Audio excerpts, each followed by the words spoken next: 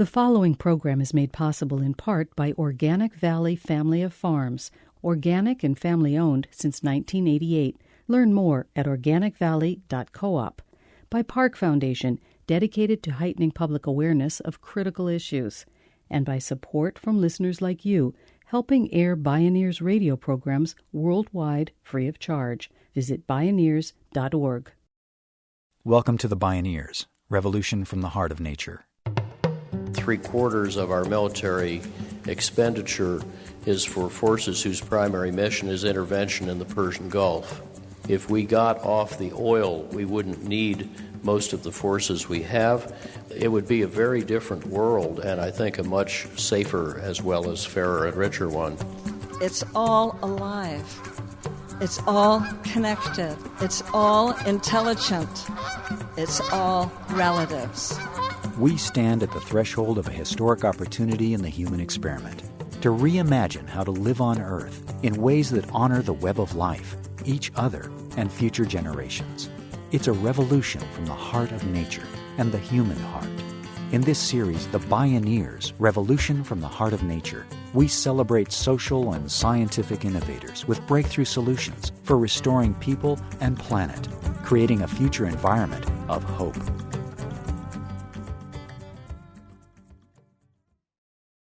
You have to figure the Force is with you when Yoda gets on board.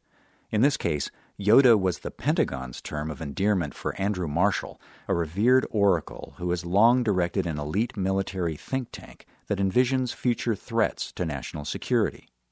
After reading a National Academy of Sciences report on global warming, the octogenarian sage agreed that indeed the sky is falling.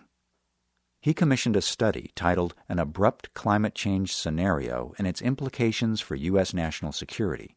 The study laid out scenarios ranging from worse than we ever imagined to unthinkable, drawing on historical data that climate change can be very sudden. By 2020, we could face megadroughts and floods, mass starvation in many regions, hordes of desperate ecological refugees, and war over scarce resources of food, water, and energy. Or if climate change is abrupt, the world could melt down in 3 to 5 years, then flip the switch into an ice age. The study demurely suggested this: alternative fuels, greenhouse gas emissions controls, and conservation efforts are worthy endeavors. Consider it actionable intelligence. In today's world, a larger vision of national security supersedes bullets and bombs, soldiers and warcraft, to encompass the internal resilience, health, and environmental sustainability of the nation. In fact, what's needed is the national and global equivalent of a wartime mobilization, but this time to create a sustainable, peaceful planet. Join us for Security by Design. Environmental security is Homeland security, with 2 leading environmental innovators who also focus on national security, Amory Lovins and David Orr. My name is Neil Harvey. I'll be your host. Welcome to the Bioneers, Revolution from the Heart of Nature.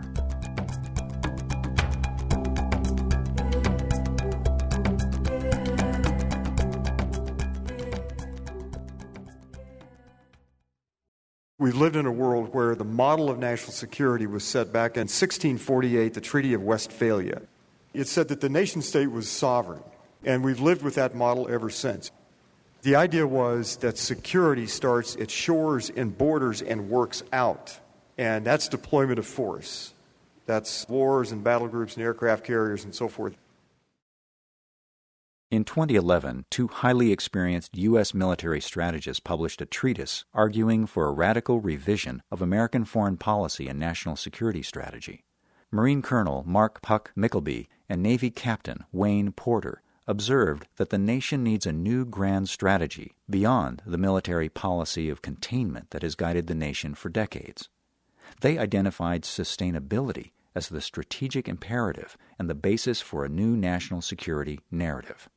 At a meeting in Washington, D.C., environmental educator and advocate David Orr found himself sitting next to Colonel Mickleby, then the chief strategic advisor to the chairman of the Joint Chiefs of Staff. Orr, who had previously organized the Presidential Climate Action Plan, was there to advance the Oberlin project in Ohio, a bold sustainability model to design and build the first post-carbon local economy in the United States. David Orr. And we were getting to know each other just for the meeting, and you do what, and I do what. And he picked up a copy of the description of the Oberlin project. It's an attempt to build full-spectrum sustainability, take all the things we've associated with the sustainability movement, put them together into a system where the parts reinforce the whole thing, and do it within basically an 8-mile radius. So we're sitting there talking about this, and Puck picked up the Oberlin project description. He says, that's all about national security. It's one of those, moments where you slap your forehead and you go, duh. In other words, the colonel was saying Homeland security begins with environmental security, inside national borders. In fact, David Orr, whose Ph.D. was in national security affairs, well understood that food and energy systems are integral to national security. Colonel Puck Mickleby took the Oberlin project plan back to his Pentagon Joint Chiefs boss, the highest-ranking U.S. military official. And what Puck reported back from Chairman Mullins was, the Admiral looked at the paper and the concept of the network, gave a thumbs up and said 435, which Puck interpreted, put one of these in every congressional district in the country. And so make this a national network. And what began there was a conversation that's involved now probably several hundreds of people, maybe 1,000 or more, in taking these kind of projects around the country and weaving them together into a network. We're now calling this a National Coalition of Sustainable Communities. According to David Orr, true security is inseparable from issues of education, preservation of soils, forests, waters, and broadly based sustainable prosperity. In this perspective, America is less secure than at any time in its history. Now he found himself with unlikely bedfellows, high-ranking members of the defense establishment. Within the Pentagon, there were 3 concerns raised as we began to talk about this with Pentagon officials. One is that the grid, the electric grid, is likely to go down. And in, I think it's the 2007 National Intelligence Estimate, I believe, it says that the grid will go down. It's not a matter of whether, it's a matter of when. And it could be malice, accident, big storms. There are a lot of ways that the electric grid is vulnerable. The second issue for Pentagon people was food.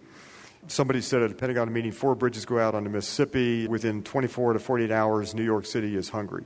And the third, surprisingly to me, was education. To begin to build a constituency that understands the real nature of security. But if in fact what's needed is the national and global equivalent of a wartime mobilization to address climate change and general environmental collapse, the military is not such a strange bedfellow. Over 30 years ago, the acclaimed physicist and global energy and design strategist Amory Lovins began consulting with the Pentagon about the national security risks of U.S. energy policy. We have 2 particularly thoughtful and knowledgeable kinds of risk managers for big risks in our society. One is the insurance and especially the reinsurance industry, which ultimately pays the bills when bad things happen. And the other is the military, because they are very concerned about, for example, the way climate change would exacerbate conflict, cause migration, displaced people, destabilize countries, failed states, and of course drought, famine, exactly the forces that are already becoming major sources of conflict and misery in much of the world. But if you run that forward a bit and think about where tens of millions of Bangladeshis would go when they're flooded out as sea levels rise, for example, or what happens if the food price spikes that help trigger the Arab Spring become more acute and prolonged as droughts endanger grain crops. That's the kind of thing that even the chairman of the Joint Chiefs is very concerned about. Amory Lovins co-founded the Colorado-based Rocky Mountain Institute, a world-renowned resource efficiency think and do tank. In 1981, Amory and Hunter Lovins authored the seminal study for the Pentagon called Brittle Power, Energy Strategy for National Security. Even within the traditional national security strategic narrative, the military sees clear organizational and national interests in getting off oil and fossil fuels. Amory Lovins spoke at a recent Bioneers conference. In 1995, I was asked to brief something called the Resource Requirements Review Committee. It's a bunch of naval admirals and marine generals about negawatts and hypercars, how the resource efficiency revolution will transform the Navy. And my message was going to be, well, we can arrange it not to need the oil, and then you won't need to fight over the oil. And the chairman of this committee, Joe Lopez, was at the time the most powerful three-star admiral in the building. He owned the Navy's budgets, programs, planning, personnel, and facilities. And the Navy was then a $100 billion a year operation. Joe was one of two people in the history of the U.S. Navy who went from enlisted seaman to four-star admiral. So I did the first 10 minutes of the brief on buildings because that's a simple, intuitive way to understand how you do integrative design so big savings get cheaper than small savings. And as I was switching into vehicles to get to the oil story, the admiral stopped me, turned to his exec, and said, "This is really interesting stuff, what he's saying about buildings. Find out who are all the architect and engineering schools, or firms rather, that we hired the last 20 years that never told us any of this, and make sure they never work for us again." And I'm thinking, hey, I like this dude. And then he turns to me and says, "Mr. Lovins, I suppose you know who's good at this sort of integrative design?" "Yes, sir, we think we know most of them." Then he says, "Do you think you could get a suitable group of them here in the next 2 weeks? Because then we'll put them around a big table with our best designers. Together we will redesign this big building over there that we just designed, so we'll have something to compare it with. Then we will build it your way and measure it.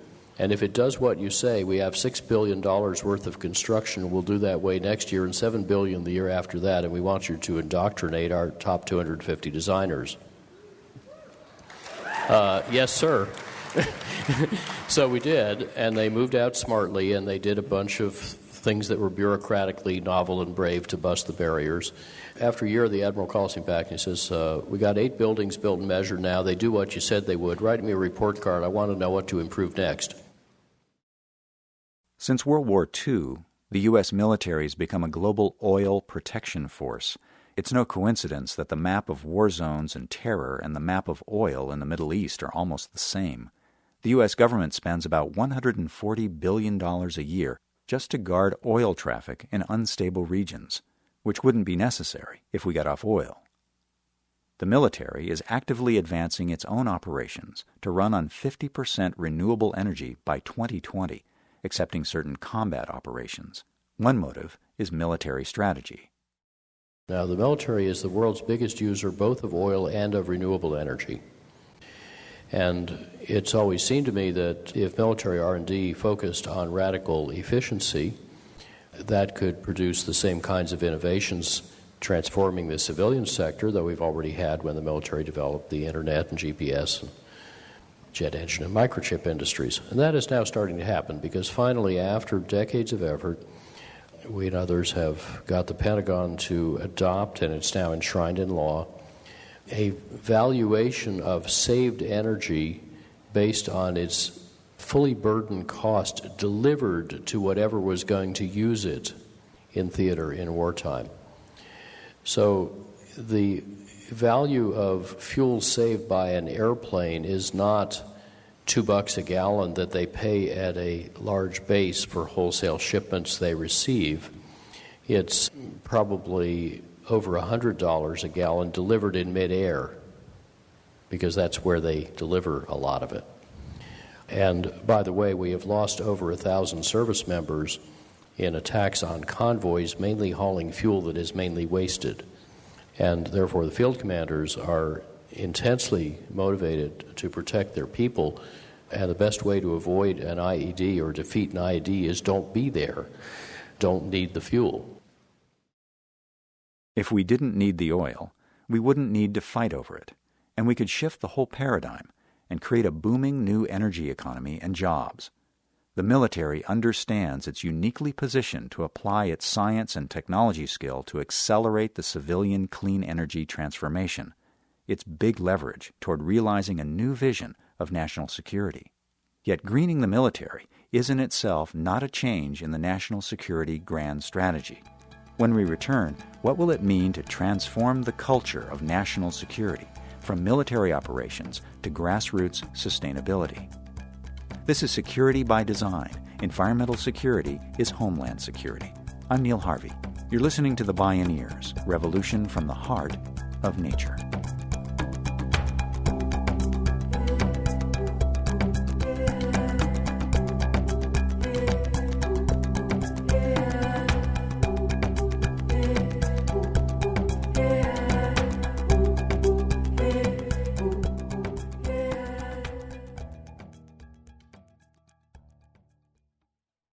Bioneers' Revolution from the Heart of Nature is made possible in part by John Masters Organics. Feel good about looking good. Learn more at johnmasters.com. Free distribution of this program is made possible in part by support from listeners like you. To explore more Bioneers radio shows and conference videos for free, visit bioneers.org. While the Department of Defense is preparing to need no oil and be less vulnerable overseas, says Amory Lovins, it's also very concerned about domestic national security. Take the electric grid. The other big change the military is driving is getting, another thing we recommended in Defense Science Board panel, is to get off the civilian power grid because it's too vulnerable and unreliable to rely on for mission continuity. Well, what does that say about the rest of us that they're defending? We have the same problem, that the grid could go down regionally or nationally, and it may not be recoverable. I mean, somebody in Kandahar could be putting bad code in the grid over the open internet in a way that actually destroys major components of the grid and puts us all back in the 7th century. And I'm a little surprised when I wake up every morning and the lights are still on. So this is a big worry, and therefore they're going not just to efficiency in facilities, but to netted, islandable microgrids, local renewable supply. If you want an example of how that works, you can look at Denmark, which has a cellular organization increasingly permeating its grid, so that the local microgrid normally is interconnected, exchanges power all the time. But if it has to, it breaks into fractal zones or cells that can each keep the critical loads going. They actually stress test them by cutting them off from the grid every year to make sure it still works that way. Nature favors decentralization for precisely this reason, to avoid large-scale systems collapse. And nature also abhors waste. As Amory Lovins has long illustrated, we waste half the energy we use, and it's always cheaper in the long run to invest first in energy efficiency. With climate change rapidly accelerating, more than 1,000 water wars are already being waged around the globe. Water is more valuable than oil. Yet our water, energy, food, and communication systems are more vulnerable than ever. It all could have been very different. David Orr. When the Carter administration left office in 1980, they left a document there called a Global 2000 report. And that was 2 years, give or take, before Amory and Hunter Lovins published Brittle Power, which is still, in Chapter 13, is still, I think, the best description of a resilient system that I've read. If we had followed what we knew we had to do in 1980 or before, we would not have needed to spend $600 or $700 billion a year on military, however efficient, to go fight for oil because we're in SUVs. So the issue here is we missed at that time a major opportunity to avoid 9/11. We could have acted. The first Arab oil embargo was 1973 and so forth. So we knew that we were vulnerable. Now think about this. We had a chance to begin to build resilience at a local level. We had a lot of the tools. We had a good bit of the logic. So not having done that, as Amory has said more eloquently than anyone else that I know of, not having the wit to put ourselves in efficient vehicles, we had to put our young people in hyper-inefficient Abrams tanks and aircraft carriers that get what? 0.56 miles a gallon, and the aircraft carriers are 17 feet per gallon. Boy, thank you for that. I'd forgotten that number. And I'm personally less interested in a hyper-efficient military, although that's a good thing, than I am a smaller military with a much more humble mission in the world. We've got a military of 737 bases around the world. However efficient they may be, they don't belong out there. We don't need 737 military bases. It's time to begin to shrink the American empire. We can't survive as a nation state, as a viable nation, also operate an empire. That's the history of empires. So it's a matter of beginning to scale our mission appropriate to our true values. The question is, can we begin to build security from the bottom up? Hunter Lovins, I think, coined the phrase a long time ago called security by design. And the good news here is that design arts and design skills, we now know how to do this. Can you power the U.S. by efficiency and sunlight? The answer with Amory's numbers and incredible analysis, yes, we can. Can you feed this country and the world sustainably without poisoning people in groundwater? The answer is, I think, yes. And the answer is also we have to. Can you run industry with zero pollution? Ray Anderson and Janine Benyus and lots of people in this room have worked on biomimicry and so forth. The answer there is yes. So the question is, how can we weave this together into a robust network grassroots movement, our version, let's say, of a Tea Party movement, powered by science and sunshine? I don't think you can go anywhere in the United States without seeing a lot of innovation and creativity at the grassroots level. It's everywhere. It's breaking out. It's happening all over the planet. It is occurring. Now the question is, can we take it to scale? David Orr is walking the talk in his home base in Oberlin, Ohio, where he's a professor at Oberlin College. In an ambitious partnership between the college and the town, he's advancing the Oberlin project as a model of full-spectrum sustainability and national security. What we're trying to do in Oberlin is to organize the community around 11 teams in energy and education and economic development and so forth. We've got about 150 people in a town of about 10,000 people beginning to work together. And then the trick is, can you do this on a full spectrum, sustainable basis? And that, again, is just a real fancy way of saying you're talking across a lot of boundaries, pulling people together between education and so forth. And let me give one example of this.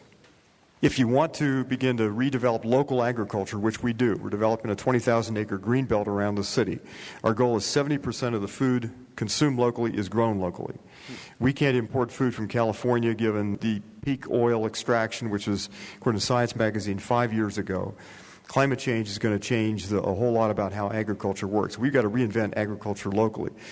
Our teams, the teams we have organized around the Oberlin Project, include one working to identify farmland and get farmers engaged and enrolled in this local agricultural part.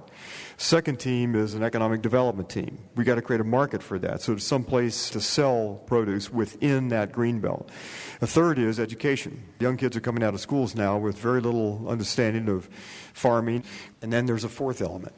So we're working with banks and policy people to enable young people that want to go into farming to have the capital to do it. So there's marketing, there's education, there's farm identification, and there's finance. Full spectrum sustainability. Now you got 4 and maybe more teams at the table to do one thing. And so that is nothing more than the application of systems thinking to sustainability. But as David Orr cautions, full-spectrum sustainability means truly looking at the whole systems picture, including finance and capital. I think there are 2 things to say that are important for this audience. One is that it's going to be pretty hard to get to anything like sustainability, however you define that, where in this country, the wealthiest 400 control more wealth than the bottom 150 million people. Let me repeat that number. The top 400 wealthiest control more wealth than the bottom 150 million people. That is interpreted in some places in the media as arguing for class warfare. Well, it's no such thing. There is a kind of class warfare underway. The bottom 150 million didn't start it. And so whatever your cause is, it gets a lot more difficult if income distribution is so skewed, especially coming into this particular part of human history, where we've got to move very quickly to do the kind of things that Amory has outlined so brilliantly in Reinventing Fire and lots of books before that. The second thing I think that can be said is that the banking crisis of 2008 resulted from the failure of a theory that foxes can in fact guard the hen house. And what we discovered was it wasn't particularly good for the hens, and it wasn't, at the end of the day, good for the foxes either. As David Orr sums it up, quote, "Sustainability is the core of a national development strategy that is designed to enhance our security, build prosperity from the ground up, and reduce ecological damage, risks of climate destabilization, and the necessity of fighting endless wars over dwindling resources," unquote. Amory Lovins agrees, and he says the private sector also sees a huge business opportunity for a new energy revolution.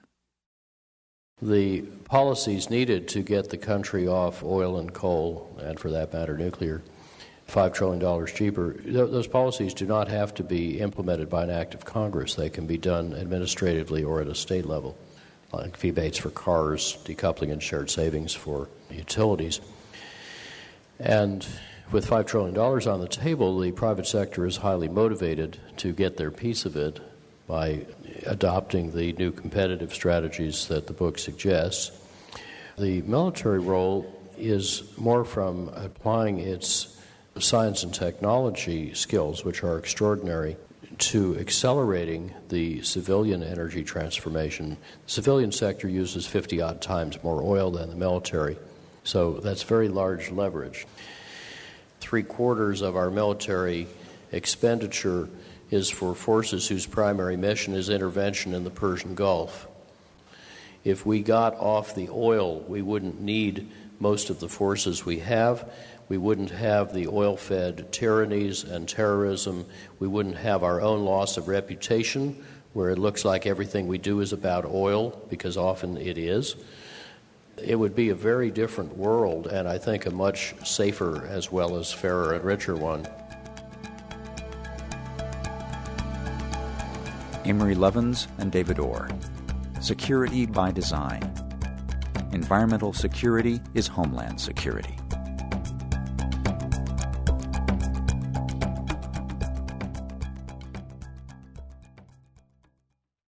You can listen to a variety of Bioneers radio shows and view conference videos online at www.bioneers.org, where you can also learn about attending the National Bioneers Conference or a local Bioneers Conference near you.